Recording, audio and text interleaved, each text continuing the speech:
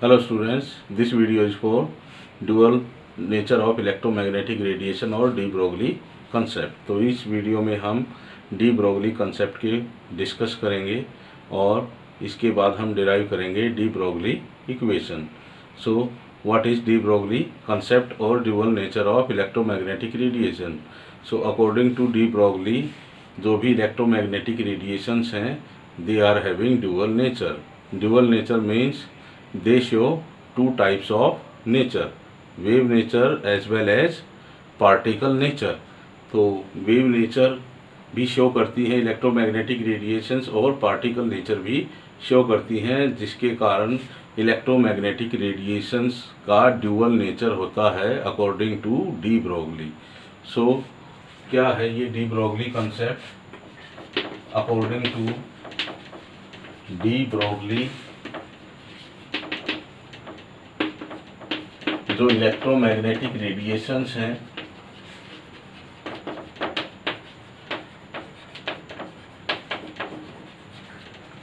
Shows dual nature. तो दो तरह का नेचर शो करती है इलेक्ट्रोमैग्नेटिक रेडिएशन,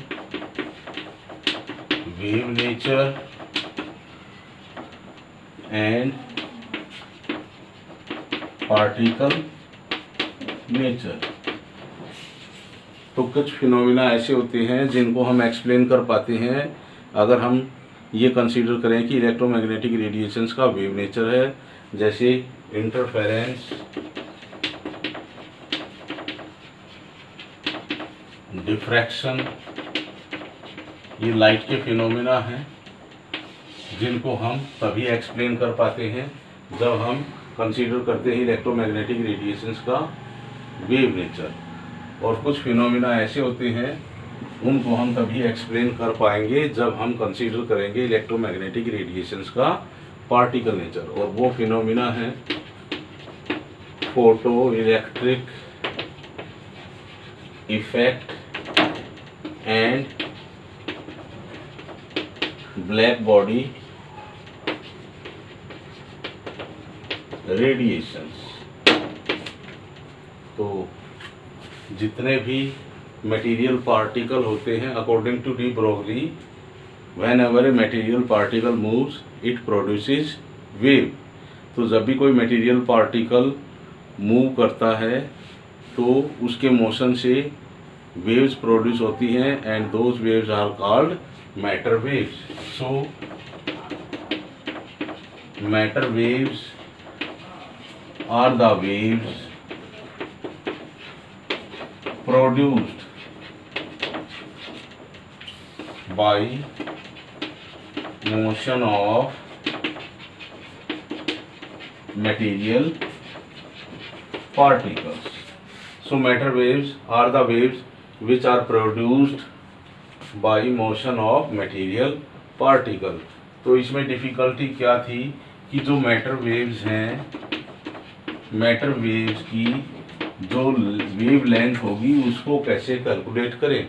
तो इस डिफ़िकल्टी को दूर किया डी ब्रोगली इक्वेशन की हेल्प से। सो डी ब्रोगली एक साइंटिस्ट थे, उन्होंने एक मैथमेटिकल एक्सप्रेशन ड्राइव किया है और उस मैथमेटिकल एक्सप्रेशन को हम बोलते हैं डी ब्रोगली इक्वेशन। और de Broglie equation is used to calculate the wavelength of the waves produced by motion of material particles, and that is lambda is equal to h by mv or h by p, because mv is linear momentum और जिसको हम represent करते हैं p से।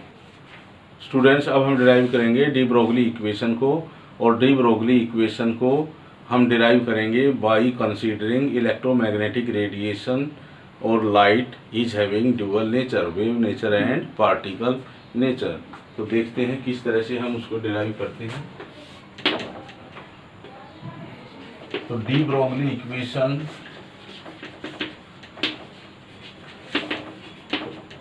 gives the wavelength of wave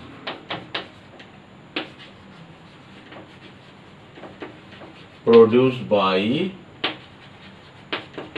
material particle। किस तरह से हम इसको डिराइव करेंगे? So we take photon for it. तो इसके लिए हमें क्या लेना पड़ेगा? फोटोन। किसी मटेरियल पार्टिकल की जगह हम फोटोन का यूज करेंगे और फोटोन की एनालॉजी की हेल्प से हम उस मटेरियल पार्टिकल के मोशन के कारण जो वेवलेंथ प्रोड्यूस होती है उसकी वेवलेंथ के लिए मैथमेटिकल एक्सप्रेशन डिराइव करेंगे।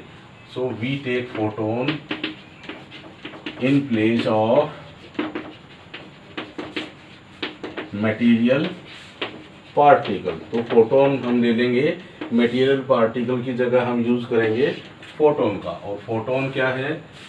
Photon is the smallest particle of light when we consider light is having particle nature.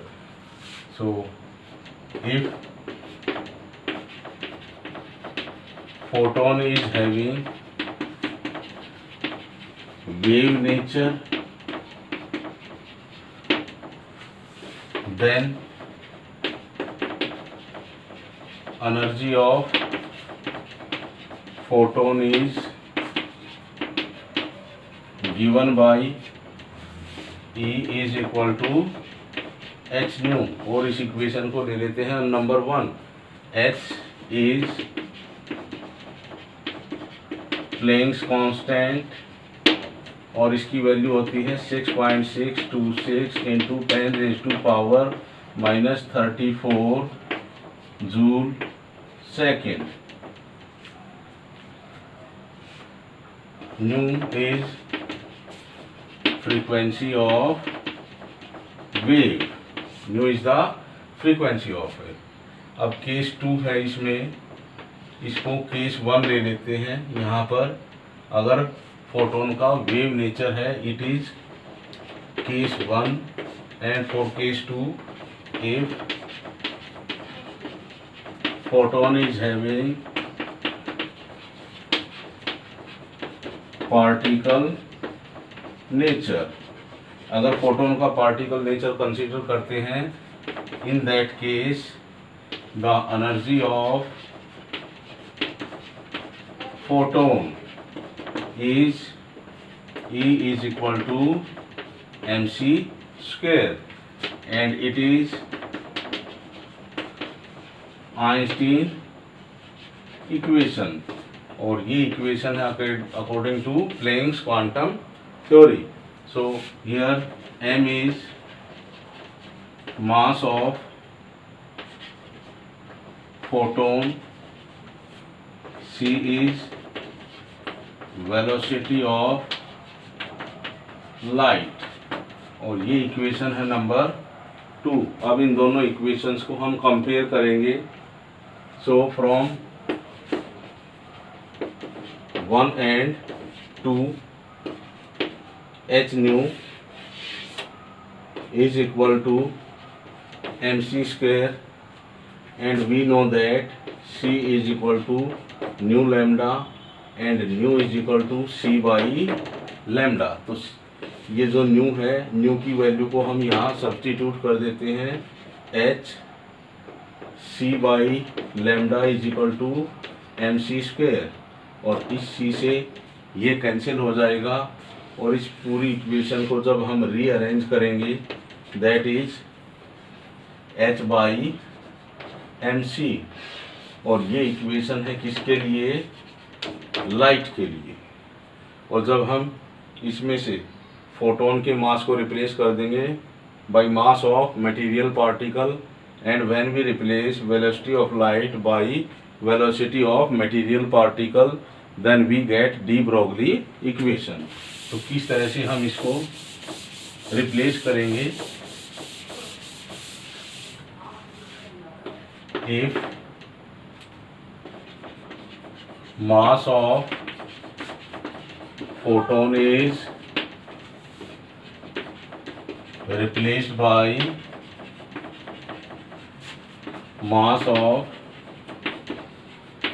material particle and velocity of light is by velocity v of material particle. So lambda is equal to, lambda becomes h by mv, और mv को हम लिख सकते हैं p, and p is the momentum of particle, and it is de Broglie equation.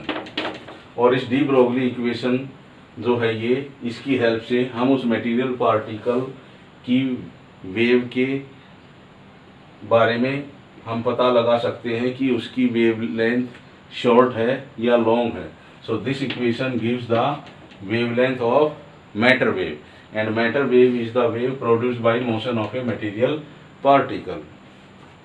And de Broglie equation has no significance in our daily life, but it has great significance only for microscopic particles, because during scientific studies, in studies of atoms, molecules, etc., they are the microscopic particles, and we can calculate the wavelength for those microscopic particles.